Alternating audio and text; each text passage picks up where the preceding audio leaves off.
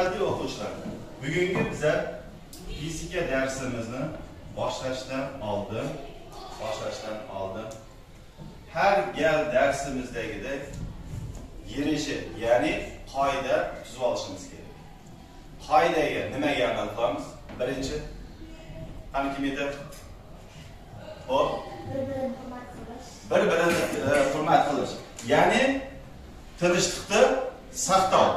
Ya'ni bizlar birinchi yereja qurganimizda tinchlikni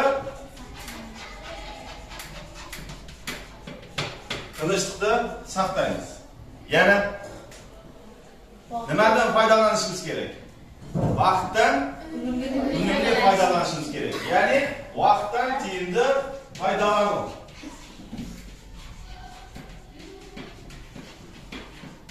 Vaqtdan tiyimli foydalanish. Yana maqsad bo'ladi. Bir-birimizga xalaqit bermash, ya'ni kedergi jasamoq. Kedergi deb yozib qo'yamiz.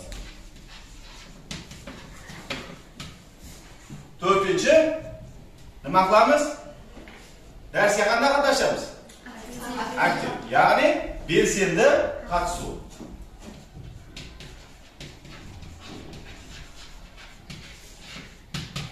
Hop, mana bizlar yereshamizni qurib oldik. Ana endi yereshamizni qurganimizdan keyin bizlar darsimiz qiziqarli bo'lishi uchun guruhlarga bo'lib olamiz. Ya'ni to'plarga bo'lib olamiz. Asta-sekinlik bilan turib, mana bu yerda tarqatma materiallar orqali bitta bo'lak qog'ozlarni olamiz. Sal tezroq qilamiz.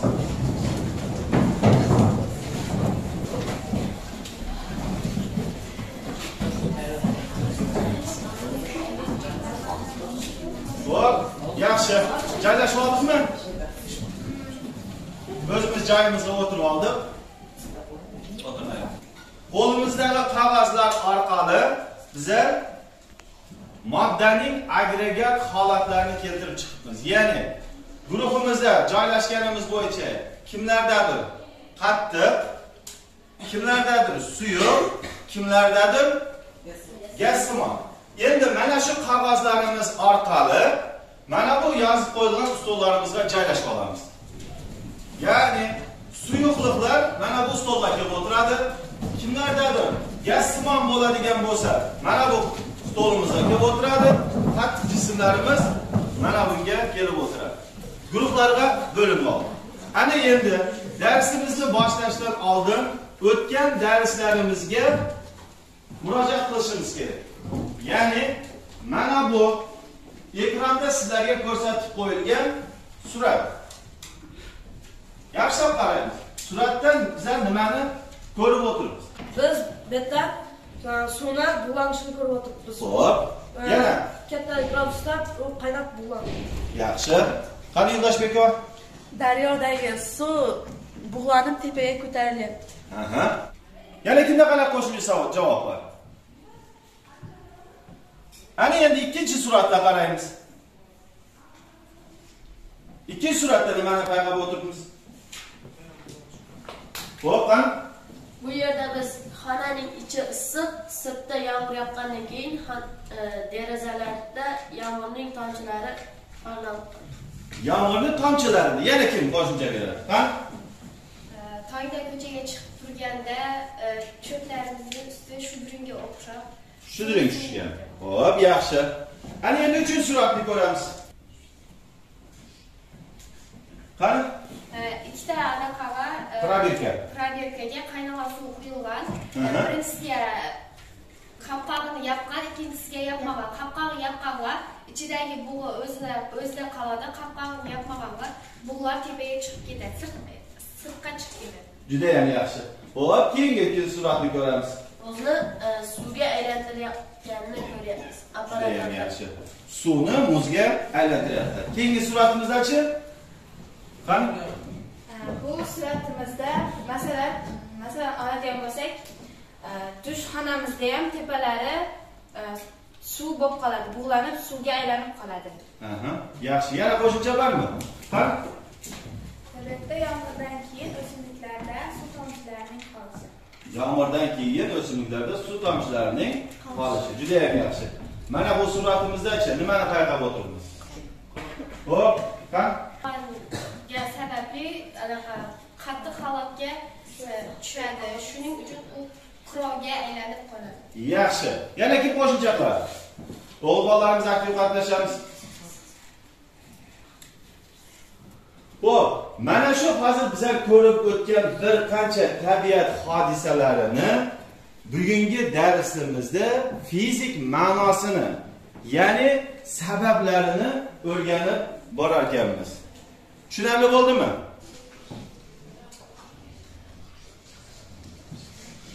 Hop.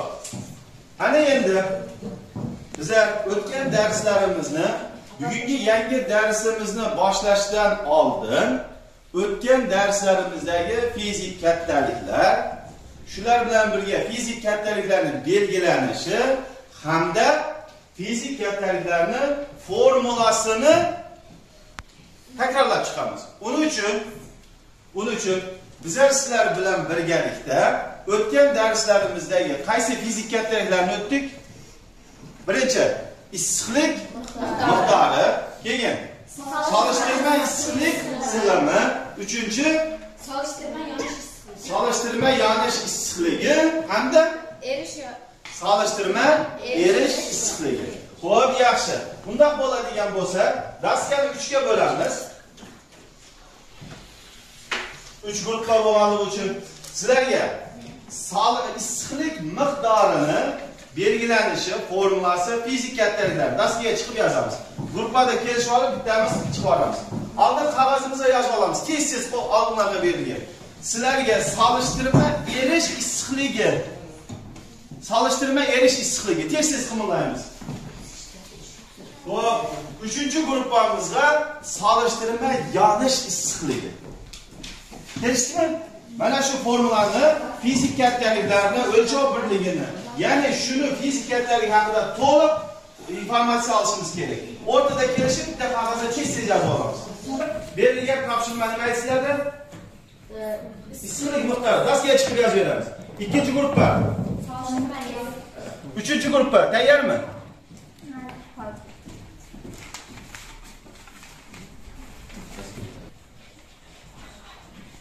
Solishtirma erish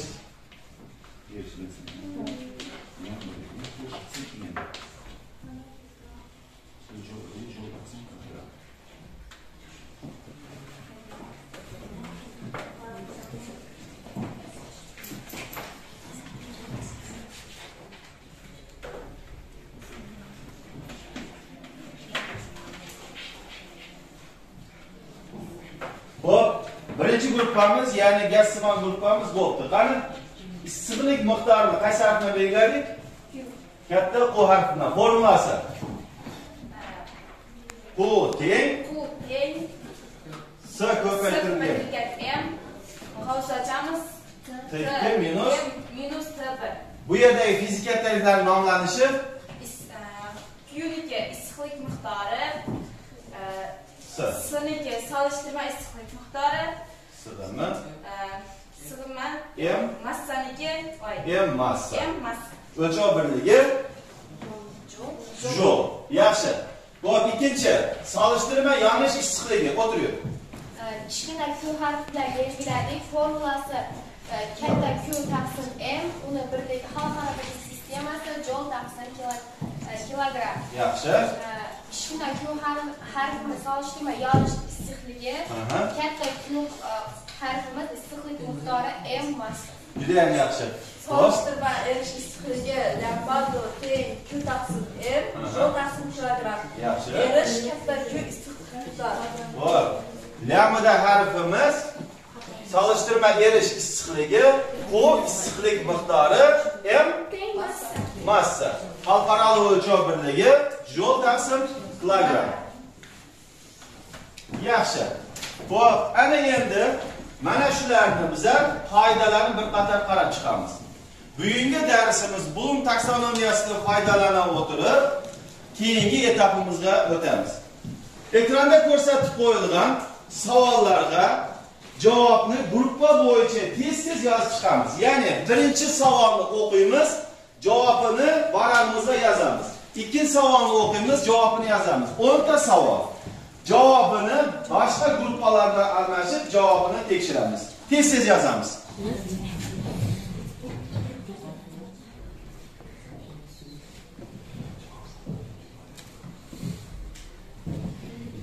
Vaqtimiz bo'lib qoldi.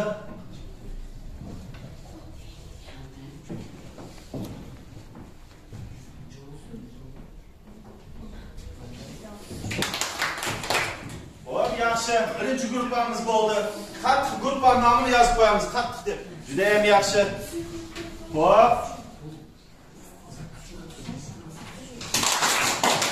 Juda ham yaxshi gruppamiz nomini yozib olamiz. Xo'p, shu gruppamiz ham bo'ldi. Uchinchi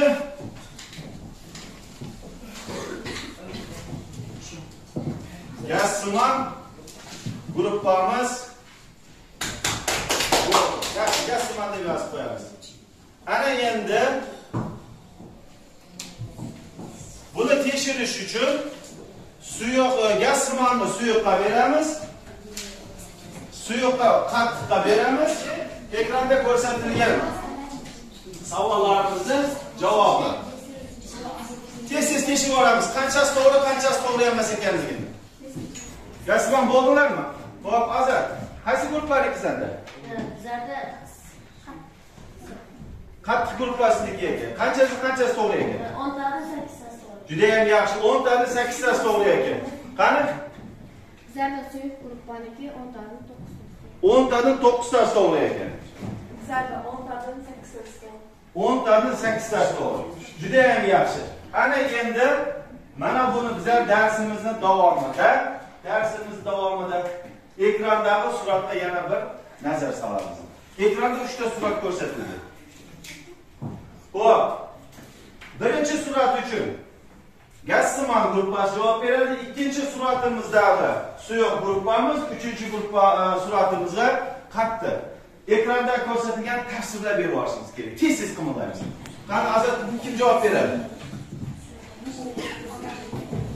Birinchi suratda suvni bir bilan qo'yib, uni Gazsimon shakliga kelishini ko'ryapsiz. Ya'ni gazga suvni qo'yib, qaynatilayotganini ko'ryapsiz. Yaxshi. Xo'p, ikkinchi qattiq gruppasi. Suvning qaynab bo'lgandan keyin bug'lanishi. Suvni qaynab bo'lgandan keyin aylanayotgan hodisasi. Xo'p, Hayratbek. Uchinchisida nimani ko'ryapsizlar?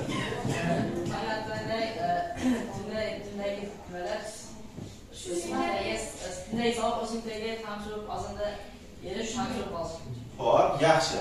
Mana bularni endi sababini, fizik hodisalarini darsimiz davomida tushunib boramiz. Xo'p, bayog'i darsimizning boshidagi suratlarimiz va darsimiz davomidagi hozir ko'rsatgan suratlarimizni o'rtinlab, ya'ni yakunlay kelib, bugungi darsimizni mavzusiga chiqadi. Hammamiz daftarimizni ochamiz. 19-oktyabr deb yozamiz daftarimizga va bugungi darsimizni mavzusini yozamiz. Darsimizning mavzusi bug'lanuv және kondensatsiya. Qaniqqan және qaniqmagan bu. Bug'lanish va kondensatsiya, to'yingan va to'yinmagan bug'lar. Darsligimizdagi paragrafimiz 12. To'yingan va to'yinmagan bug'lar. Kondensatsiya va bug'lanish. Bug'lanuv және kondensatsiya, qaniqqan және qaniqmagan bug'lar. Yozgan bo'lsak, ana endi darsimiz davomini qaraymiz. Bug'lanuv, ya'ni bug'lanish bizlarda bug'lanish deganimiz suyuqlikdan bug'a aylanib qubulisini aytadi ekanmiz. Ya'ni bug'lanuv deganimiz suyuqlikdan bug'a aylanib qubulisini aytadi ekanmiz. Bug'lanuvning ikki turi bor ekan. Birinchisi kebu, ikkinchisi qaynoq. Kebu deganimiz zatdan suyuq ne qattiq agregat kuyinin gaz tarzida kuyini o'tib qubulisini aytadi ekanmiz. Qaynoq suyuqlikning tutas ko'lamida bu ko'pirishiklarning paydo bo'lib, ularning suyuq betini shig'ib qubulisini aytadi ekanmiz. Bizlarning darsimizdagi, ya'ni bug'lanishimiz suvimiz qaynab bo'lgandan keyin ustida bu hosil bo'lish hodisasiga yetar ekanmiz. Qaynash deganimiz suyuqlikni tarkibida fakchalar hosil bo'lib, fakchalarimiz suvni betki yuzaki qismiga chiqqandagi hodisamiz qaynash deb aytilar ekan. Qoidasini tez yozib olamiz daftarimizga. Ana endi bizlarda suvimizni qaynashi hamma suyuqligimizda bir xil qaynaydimi? Yo'q. Nega? Nima sababli hamma suyuqligimiz birdek qaynamaydi?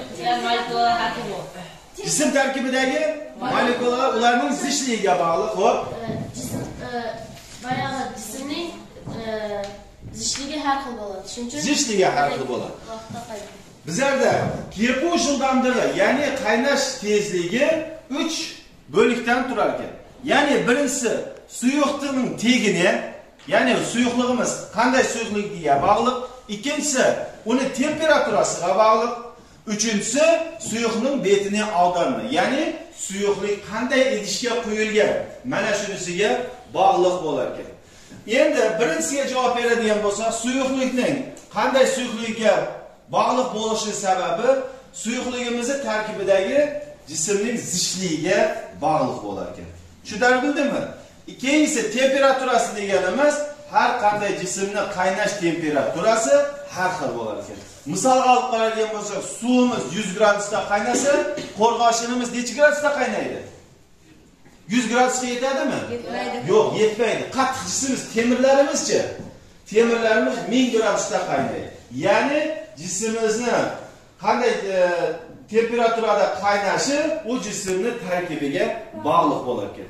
Bizlar ikkita jismimizda, ya'ni ikkita narsamizda katta, yuzak qismi katta yoki kichkina idishlariga suyuqlikni quyib qaynatadigan bo'lsak, ikkalasi teng vaqtda qaynaydimi? Yo'q. Sababi u yerdagi jismimizda idishimiz kichkinasi bizlarda tezroq qaynaydi, katta idishdagimizning suyuqligi ichga quyilgan birinchi jismga qaragan suyuqlikka qaraganda sekinroq qaynar ekan. Xo'p, endi mana shu yerda kondensatsiya degan so'z kelib chiqadi. Kondensatsiya degan so'zimizni bizlar hayotimizda ishlatamizmi? Qayerlarda ishlatamiz? Gazxonalarda. Xo'p, yana kondensatsiya degan so'zni ma'nosini qanday tushunyapmiz? Bug'lanib, uni suvga aylanishi. Bug'lanib, uni suvga aylanish. Ya'ni kondensatsiya zotning gaz qalbidan suyuq qalbına aynalı qubulusini aytamiz. Ya'ni jismni gaz holatidan suyuqlik holatiga aylanish hodisasi nima deb aytilganmiz? Kondensatsiya deb aytilganmiz. Yozib olamiz tez qoidasini. Kondensatsiya deb zotning gaz qalbidan suyuqqa aynalı qubulusini aytamiz. Ana endi ekranda ko'rsatilayotgan suvimizga qaraychi. Suratimizga. Ya'ni idishga nima solinyapti? Muz solinyapti. Qanday hodisa yuz beryapti? Bug'lanib ketyapti. Endi buni bizlar hayotimizda, kundalikdagi ish sharoitimizda mana shu hodisani ko'rganmizmi? Nega ko'rmaganmiz? Qayerda ko'rganmiz? Qishda tağlarda keyin yerdagi qorlar erigan, yerda qor Yerdagi erigan qorlar erish natijasida kunning issiqlik yordamida bu hosil bo'ladi. Undan tashqari peshkamizning ustiga suv tomchisi yoki bo'lmasa muz bo'lagini solsa, o'zidan nima chiqizadi? Buz chiqizadi. Mana shu hodisamiz. Endi mana shu tabiat hodisamiz bizlarda sublimatsiya deb aytilar ekan. Ya'ni sublimatsiya deganimiz zotning qattiq kuydan birden gaz tarziz kuyga o'tuv sublimatsiya deb ataladi. Buni bizlar yana qayerda ko'rishimiz mumkin? Qishli kuni hovliga kirni asib qo'yadigan bo'lsa, ozamachada nima qiladi kirimiz? Qatib qoladi. Kun chiqqandan keyin kun isib boshlaganimizda kiyimimizda nima chiqa boshlaydi? Bug' chiqa boshlaydi. Ya'ni qattiq holatidan suyuq holatiga o'tmasdan turib, birdaniga gazsimon holatga o'tish hodisasi sublimatsiya deb ataladi. Qoidasini yozib olamiz tez-tez. Zotning qattiq kuydan birdan gaz tarziz kuyga o'tuv sublimatsiya deb ataladi. Hop. Dersimiz davomlayapmiz. Ana endi bayaqi bizlar ekranda bir qancha suratlarni ko'rib ketgan edik. Suratimizda daraxtni barglarning ustida qirov paydo bo'lib qolishi yoki bo'lmasa suv tomchilarining turishi, mana bu hodisani bizlar nima degan edik bayaq? Yağmur yağgandan keyin daraxtlarning ustida suv tomchilari paydo bo'lib qolishi deb o'zimizning kundalikdagi hayotiy so'zimiz bilan misol keltirgan. Mana shu hodisani fizik tilida desublimatsiya deb aytiladi. Tushunarli bo'ldimi? Desublimatsiya deganimiz zotdan gaz tarzida kuydan birdan qattiq kuyga aynaluv desublimatsiya deb ataladi. Qoidasini yozib olamiz. Zotdan gaz tarzida kuydan birdan qattiq kuyga aynaluv desublimatsiya deb ataladi. Yozib oldingmi? Hop. Ana endi mana shu sublimatsiya bilan desublimatsiyasining natijasida bizlarda bug'ni ikki turiga bo'lganmiz. Ya'ni to'yingan bu, to'yinmagan bu. Qozoq tilida aytadigan bo'lsa, qaniqqan, ya'ni qaniqqan bu. Qaniqqan bu deb o'zining suyug'i men dinamikalik tepa-tenglikda bo'ladigan qubilisni aytadi ekanmiz. Qaniqqan bu deb o'z suyug'i men dinamikalik tepa-tenglikda bo'la olmaydigan qubilisni aytadi ekanmiz. Ya'ni o'z suyuqligi bilan dinamikalik tenglik holatiga o'tish jarayonini bizlar to'yingan bu deb aytamiz. O'z suyuqligi bilan dinamikalik tenglik holatiga o'tmaydigan hodisani to'yinmagan bu deb aytamiz. Qoidasini daftarga yozib olamiz. Tez-tez. Darsimizni davomlantiramiz. Ana endi mana shu bizlarda suyuqlikni qattiq gazsimon holatiga o'tgandagi hodisamiz. Balqudagi buğlanuvdan keyin desublimatsiya. Endi kerisincha kristaldagi sublimatsiya, kondensatsiya deb bir-birini aynaluv bo'ladi. Endi bugungi o'tilgan mavzumiz bo'yicha kimda qanaqa savol bor? Savollar bormi? Bugungi darsimizni yakunlash maqsadida ekranda 10 ta savol berib qo'yilgan, ya'ni bugungi mavzumiz bo'yicha sizlarga berilgan qog'ozlarga javoblarni yozib chiqamiz. Ya'ni hozir qoidalarni, formulalarni, o'lchovliklarni barini dars mobaynida o'tdik. Endi mana shuni javobini topishimiz kerak. Ya'ni bugungi o'tilgan darsimizni yakunlash maqsadida birinchi savolimiz molekulalarning suyuqlikdan bug'ga aynaluv qubilisini qanday deb ataymiz? Birinchi so'ramiz javobini paraqqa yozamiz. Tez-tez. Uchinchi, denening жылулық kuyini sifatlaydigan shama. To'rtinchi, zotning gaz qalbına suyuqqa aynaluv qubilisi. Yaxshi. Ana endi birinchi savolning javobini birinchi gruppa nima ekan? Molekulalarning suyuqdan bug'ga aynaluvi buğlanu deb aytiladi. Yaxshi. İkinci gruppa, qattiq gruppa. Tempo жылдамдығы suyuqi nesine baylanıştı? Tempo жылдамдығы suyuqning tegiga baylanıştı. Tegiga baylanıştı. Yaxshi. Üçüncü gruppa. Denening жылдамдығы kuyini sifatlaydigan shama? Temperatura. Temperatura. Juda ham yaxshi. Bu birinchi gruppa. Zotning gaz qalbına suyuqni aynaluv qubilisi? Kondensatsiya. Kondensatsiya. Beshinchi, zotning qay kuyini ko'zga ko'rinmaydi? Zatdan qay kuyi ko'zga ko'rinmaydi gaz. Yaxshi. Xo'p. 6-chi, o'zining suyug'i bilan dinamikalik tepa-tenglikda bo'la olmaydigan bu qanday bu deb ataladi? Qaniqqan bu deb ataladi. Yaxshi. 7-chi, 3-chi gruppaga gazsimon gruppasi. 7-chi savol. Zotning suyuq kuyini qattiq kuyga aynaluv qubilisi qanday deb ataladi? Zotning qattiq kuyini qanday birinchi gruppa? Kristaldanu deb ataladi. 3-chi gruppamiz uxlab qoldi. 8-chi, balqu zoti qanday kuydan suyuq kuyga aynaluvi? Qattiq. Tempo жылдамдығы suyuqning belini nesga baylanıştı? İkinci gruppa. Aldanına baylanıştı. Oxirgi savolimiz zotlarning qattiq kuydan suyuq kuyga aynaluvi balqu. Mana shu 10 ta savolimizning darajasida bizda nima hosil bo'ldi?